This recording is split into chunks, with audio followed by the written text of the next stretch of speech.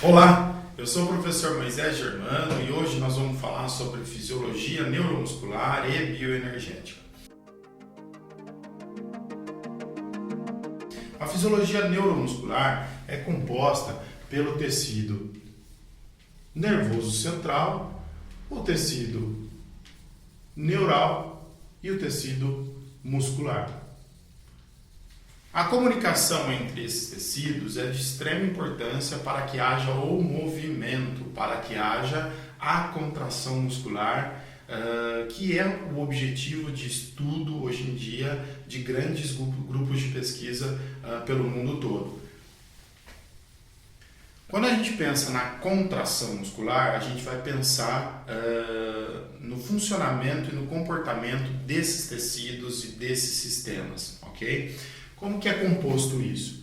Então, nós temos o que nós chamamos de unidade motora, né? Então, nós temos o corpo celular do neurônio, tá? Nós temos aqui os axônios, tá? E também a bainha de mielina. E nós temos aqui o tecido muscular. O tecido muscular, por sua vez, que é composto por graus hierárquicos, né? Por estruturas musculares. Então, no tecido muscular, a gente tem as fibras, que representam também as células musculares, né? Nós temos os miofilamentos, as miofibrilas, ok? E também, por fim, o tecido muscular, ok? A contração muscular, então, a partir dessas estruturas, ela é mediada por esses tecidos, ok? O sistema nervoso central, basicamente numa região que nós chamamos de córtex motor, envia uma série de potenciais de ação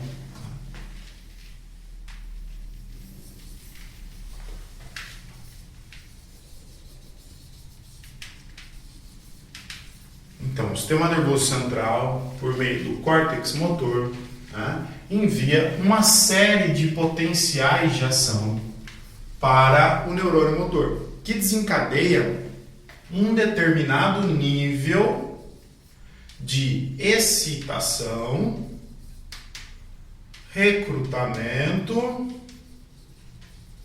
e inervação. Ok? Então, esse potencial de ação ele atinge o neurônio motor por meio da propagação que ocorre a partir do sistema nervoso central, né? Essa propagação, esse potencial depende de uma determinada velocidade e de uma determinada frequência com que eles são propagados. E isso vai variar de acordo com a magnitude de excitação, recrutamento e inervação da unidade motora. Quando esse potencial de ação atinge o neurônio motor, é necessário alguns acontecimentos moleculares, algumas respostas moleculares. A princípio, as respostas moleculares elas iniciam a partir da liberação, né, de um neurotransmissor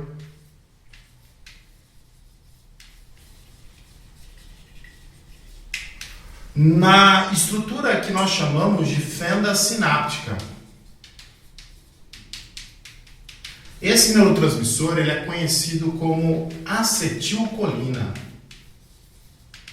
que possui então a função de abrir a fenda sináptica para que esse potencial de ação consiga atingir toda a estrutura do sarcolema. Okay? Então é necessário esse neurotransmissor ser liberado na fenda sináptica para que isso aconteça, como se fosse uma abertura dos canais para que o movimento, os outros processos inerentes à contração muscular aconteçam. Posteriormente à abertura da fenda sináptica, acontecerá a necessidade de despolarizar o sarcolema.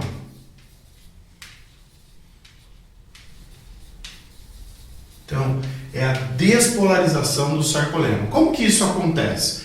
No ambiente interno, existe os íons potássio. A maior concentração de íons potássio está no ambiente interno.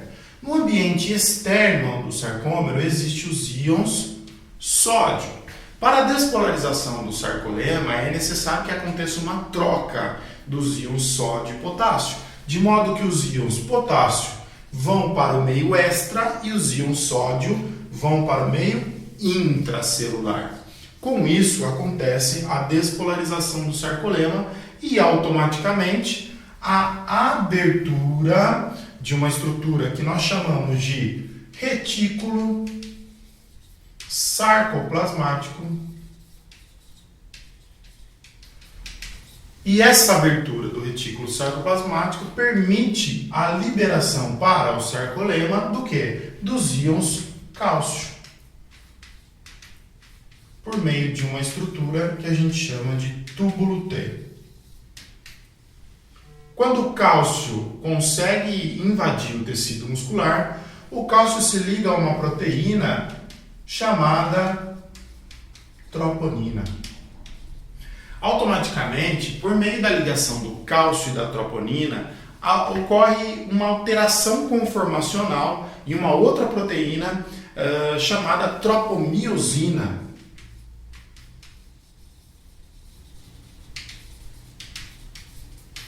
Com a ligação de cálcio, troponina e tropomiosina, consequentemente, existe a exposição do sítio de ligação. O que é o sítio de ligação? É exatamente a exposição da actina, dos filamentos de actina, com os filamentos de miosina.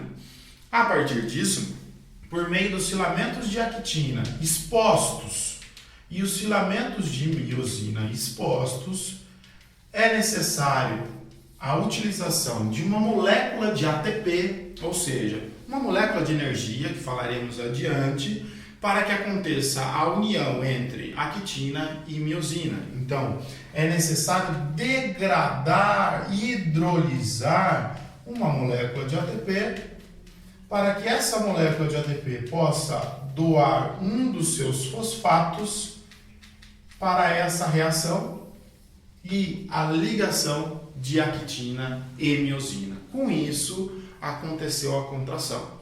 É evidente que o deslizamento das moléculas de actina sobre as de miosina dependerão do tipo de contração muscular, ou seja, se é uma contração muscular concêntrica, se é uma contração muscular excêntrica ou se é uma contração muscular isométrica. Na contração muscular concêntrica, existe então o deslizamento das moléculas de actina e de miosina no sentido de encurtamento do sarcoma. Já nas ações excêntricas, existe o deslizamento das moléculas de actina e miosina no sentido do alongamento do sarcoma. E nas ações musculares isométricas, não existe o deslizamento da molécula de actina sobre as de miosina, ok? Após os processos de contração, existem também os processos de relaxamento muscular, que nós podemos dizer que é praticamente o processo inverso do que o da contração muscular. Então, no processo de relaxamento, as moléculas de actina e miosina, elas acabam recebendo uma nova molécula de ATP para que seja doado mais um fosfato, mas agora com o objetivo de desligamento da união de actomiosina. A partir dessa desconexão, a actina e a miosina voltam para o seu estado não ativo, né? E depois disso, o cálcio também se desliga da troponina e tropomiosina, volta para o retículo sarcoplasmático e com isso a gente tem de novo a troca daqueles íons, ou seja, o potássio volta para o meio intra e o sódio volta para o meio extra. E com isso existe aí o relaxamento muscular, ok? É importante também destacarmos que nessas ações musculares, né, na contração muscular, existem diferentes tipos de fibras musculares, ok?